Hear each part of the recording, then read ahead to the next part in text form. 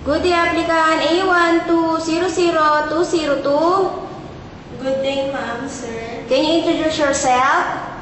I am Angeline Uy, age 23 years old. I'm single. We are four in the family. I am the youngest.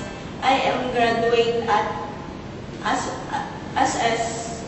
associate in Hotel and Restaurant Management in Isabela State University, and I am Catholic.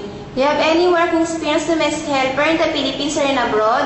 Yes, ma'am, sir. I have experience here in the Philippines for 2 years. There are 3 in the family, 1 couple and 1 children. I do clean the house. I cook simple Filipino food and willing to learn how to cook Chinese food.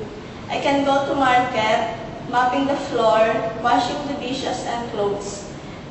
For the children, my duties and responsibilities are giving food, prepare their school uniform, send and fetch the school, help them in their assignment, and sometimes bring to the park. Do you have any hobbies? Listening music and reading. Why do you want to go abroad? I want to go abroad because I want to have better family. Do you have any message in future employer? Yes, ma'am and sir, if you choose me as one of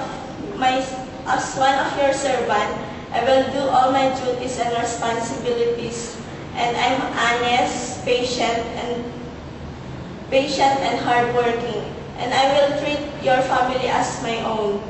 And I promise I will finish my contract in 2 years.